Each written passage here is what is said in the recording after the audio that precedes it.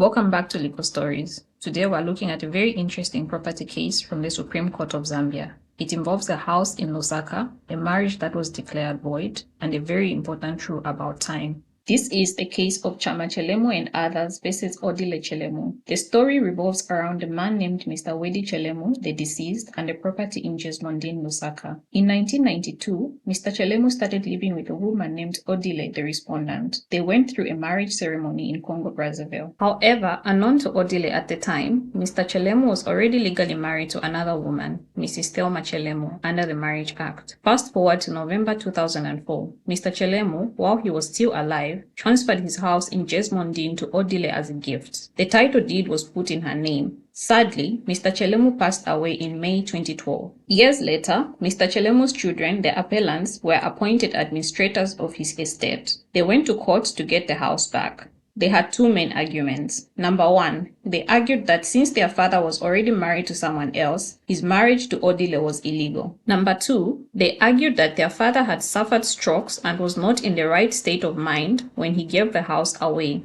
They claimed he was manipulated due to his illness. In 2020, the High Court agreed with the first point and declared the marriage null and void. Based on this, the children launched a new lawsuit in June 2020 to cancel the transfer of the house. They argued that because the marriage was now officially void, the gift of the house should be cancelled too. Here is where the legal definitions became very important. The Supreme Court had to explain the difference between a marriage that is void and one that is voidable. A voidable marriage is a valid marriage that has problems, but it stays valid until a court cancels it, like in a divorce. A void marriage is different. It means the marriage never legally existed from the very beginning. It is as if it never happened in the eyes of the law. The children argued that the clock for suing should only start in 2020 when the court declared the marriage void, but the Supreme Court disagreed. They explained that because the marriage was void, invalid from the start, the problem did not start in 2020. It started way back in 1992. Therefore, the children did not need to wait for a court ruling in 2020 to challenge the property transfer. The deceased could have done it himself while he was alive. The children also argued that the transfer was invalid because their father was sick. They told the court he had suffered a stroke in 1994 and was on medication, implying he did not have the mental capacity to give the house away in 2004. The Supreme Court looked at the timeline of events. The deceased did suffer a stroke in 1994, but he continued to live his life. He transferred the house in 2004. He suffered a second, much more severe stroke that left him bedridden in 2006.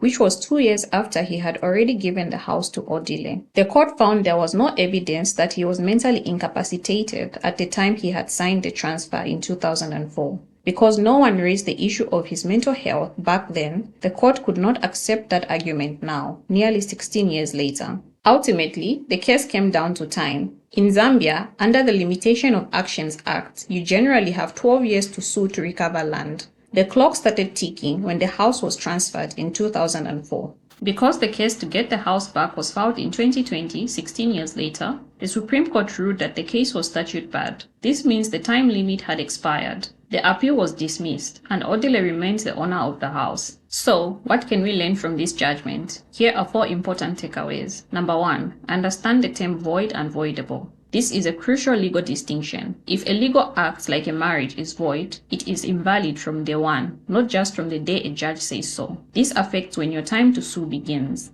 Number 2, statute of limitations. You cannot sleep on your rights. If you have a dispute over land, the 12-year clock usually starts when the event happens. In this case, the transfer in 2004, not when you later decide to sue. Number 3, timelines matter. You cannot simply claim someone was sick to cancel a contract. The court looks at when they were sick. In this case, the severe illness happened after the house was transferred. If someone is mentally unwell, action must be taken at that time, usually by a legal representative. Number 4, administrators. The court clarified that administrators of an estate do not get a fresh start on the clock. If the deceased person had the right to sue but did not do it in time, the administrators cannot come years later and try to revive the case. That brings us to the end of this story. Thank you for watching. Don't forget to like and follow for more simplified legal stories.